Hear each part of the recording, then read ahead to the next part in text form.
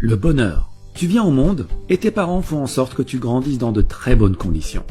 Tout va bien, tu as tout ce dont tu as besoin, tu manges, tu dors, tu as tes jouets, tes vêtements, tu es au calme. Et ça va durer longtemps. Après tout, c'est ça le bonheur, non? Tu es libre de faire ce que tu veux. Eh ben non, car tes parents, ils t'envoient à l'école. Ils sont contents, pas toi, mais tu t'y feras. Tu te lèves donc chaque jour à 6h30 pour arriver à l'heure. Tu suis les cours pendant 7 heures, on te donne des devoirs, tu étudies pour passer des examens. Et chaque semaine, tu reçois une récompense pour tes efforts, le week-end. Ce processus se répète tous les jours, toutes les semaines, tous les mois pendant 20 ans, en estimant que tu ne redoubles pas et que tu finisses à l'université. Après tout ce temps, tu as ton diplôme. Tu deviens la fierté de tes parents, de tes professeurs, de tes amis, car on t'a toujours dit qu'avoir un diplôme était synonyme de réussite. Ça y est, tu as enfin réussi. Tu peux désormais te reposer et faire tout ce dont tu as envie durant le reste de tes jours. Après tout, c'est ça le bonheur, non? Tu es libre de faire ce que tu veux. Eh ben non, pas vraiment. Maintenant, il faut trouver un travail. Ah bon, pourquoi? Ben pour gagner de l'argent.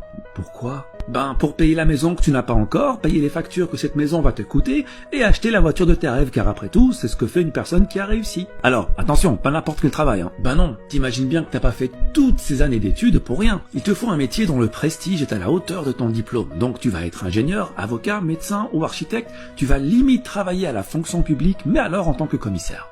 Bon, très bien. Tu trouves un job, tu te mets dans un bureau, on te donne ton horaire, les règles à respecter, on t'annonce ton salaire et tes avantages, on te remercie, te serre la main et c'est parti. Tu te lèves tous les jours à 6h30, tu bosses pendant 8 à 9 heures par jour, on te donne des responsabilités et tu y vas à fond car tu veux une augmentation. C'est facile, on t'a rodé à ça pendant 20 ans. Tu t'y habitues et à la fin de chaque mois, tu reçois une récompense pour tes efforts, un salaire. Salaire que tu utilises pour payer tes charges obligatoires, ta nourriture, ta voiture, les sorties qui t'aident à casser la routine que tu t'es créée et des vacances une fois par an. Et tu parviens même à mettre de côté, juste au cas où. Ah, après tout, c'est ça le bonheur, non? Tu es libre de faire ce que tu veux, une fois par an. Ah non, faut que tu te maries maintenant. Ben, pourquoi? Ben pour ne pas rester seul, enfin. Et puis t'as de l'argent de côté, maintenant tu peux fonder une famille. Il faut bien que tu aies des enfants. Des enfants? Pourquoi? Car c'est un bonheur d'avoir des enfants pour être fier d'eux. Regarde ce qu'est devenu l'enfant que tu étais et on est fier de toi. Et c'est ça le cycle de la vie. Bon, très bien. Tu trouves un ou une partenaire, tu te maries, tu fais des enfants. Mais attention, t'es pas en pause carrière. T'avais déjà 8 heures de ton temps quotidien passé au travail. Rajoute 3 à 4 heures par jour pour t'occuper des enfants et trouver des activités. Mais comme après une longue journée de travail, t'as qu'une envie, c'est de te reposer, tu compteras sur le week-end, qui à la base était une récompense, mais qui va devenir la condensation de tout le temps que tu n'as pas pu passer en famille. Ce processus se répète tous les jours, toutes les semaines, tous les mois, pendant 40 ans. Tu as 65 ans, tu es pensionné, tu t'es enfin débarrassé de ton travail. Tes enfants ont grandi, ont fait leur vie.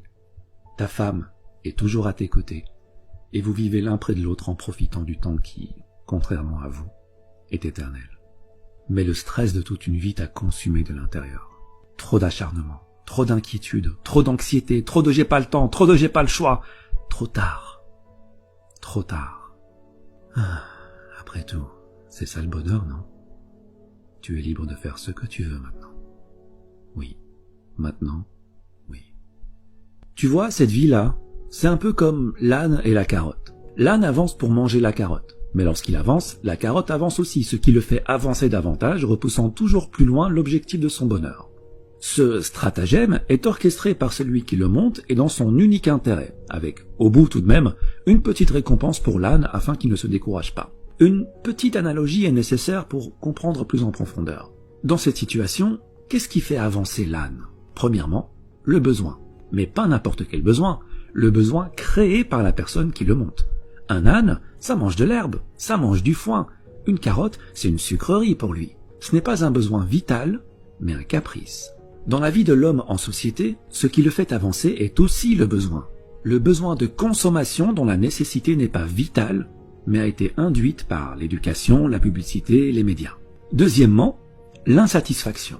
Si tu donnes une carotte à l'âne à chaque fois qu'il parcourt 10 mètres, tu peux me croire, au bout d'un moment, il en aura assez de cette carotte et il arrêtera d'avancer. Chez l'homme en société, c'est pareil. Il faut le maintenir dans une zone d'insatisfaction assez élevée pour que son besoin ne soit pas totalement comblé, mais assez basse pour qu'il soit prêt à refournir les efforts nécessaires afin d'assouvir ce besoin. Concrètement, si ton patron te donne 10 000 € par mois, tu seras totalement satisfait et ce n'est pas dans son intérêt puisqu'avec cet argent et un minimum d'intelligence financière, tu investiras dans l'immobilier pour dégager des revenus automatiques et plus besoin de patron. Il est perdant, tu es gagnant, ce n'est pas dans son intérêt donc il doit te payer beaucoup moins. Et s'il te donne que 800 € par mois, il se doutera bien que tu iras chez la concurrence, ce qui n'est pas dans son intérêt non plus. Donc il va s'aligner pour te donner juste de quoi subvenir à tes besoins. Et voilà, la roue tourne. On t'a promis un avenir brillant et tu te retrouves à hypothéquer ton réel bonheur pour consommer davantage. C'est comme si on t'avait volé ta vie avant même qu'elle ne commence. 80% des gens sont coincés dans ce cercle.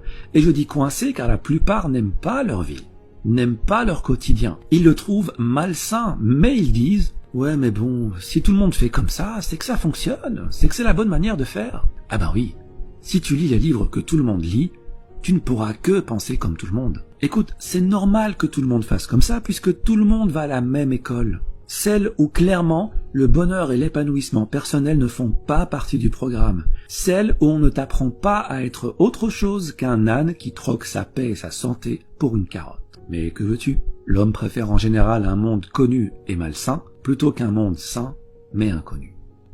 Bon d'accord, mais alors, que faire? Eh bien le plus important, c'est d'être satisfait. Pas forcément de ce qu'on a, mais de ce qu'on est. Et je ferai une vidéo sur l'importance de l'être par rapport à l'avoir. En gros, si tu fais partie de ces 20% de gens qui sont heureux dans leur métro, boulot, dodo et qui, pour rien au monde, ne changeraient leurs habitudes, c'est bingo, tu as compris la vie et je souhaite de tout cœur que le bonheur que tu ressens se perpétue. Par contre, si tu fais partie des 80% de personnes qui ont cette routine malsaine mais confortable alors qu'elle ne va pas dans l'intérêt de leur bonheur personnel, pose-toi la question. Qu'est-ce qui te rendrait vraiment heureux? Quitter ton job? Devenir ton propre patron? Vivre au soleil? Passer du temps en famille? Avoir une meilleure santé? Une fois que tu as trouvé ton pourquoi, une fois que tu as trouvé ce qui te rendrait plus épanoui, et j'insiste sur ton épanouissement, pas celui de tes parents, pas celui de tes professeurs, pas celui de ton patron, tu vas mettre toutes les chances de ton côté pour devenir cette personne.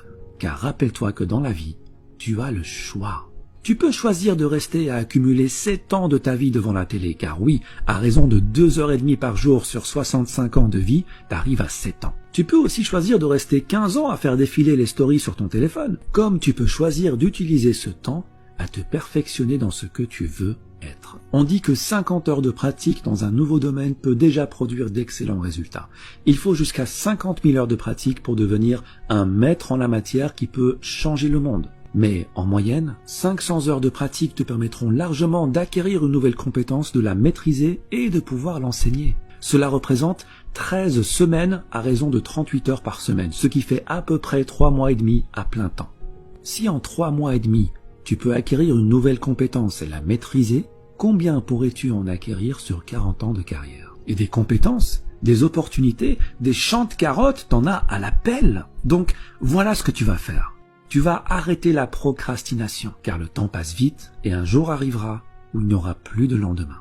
Tu vas sortir des rangs et marcher sur le chemin le moins fréquenté. Ton chemin, pas celui des autres. Celui qui te rend libre, celui que tu as choisi pour toi. Tu seras seul, c'est normal. Tu perdras le soutien de certains, c'est normal. Mais tu seras enfin ce que tu as toujours voulu être. Tu suivras enfin cette petite voix à l'intérieur de toi qui t'a toujours appelé en vain et que tu as enfin décidé d'écouter.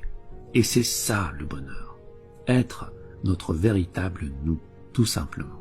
Il y a un temps de vie qui t'est donné dès la naissance. La question n'est pas combien de temps. Ça, personne ne le sait. La question est comment tu utilises ce temps.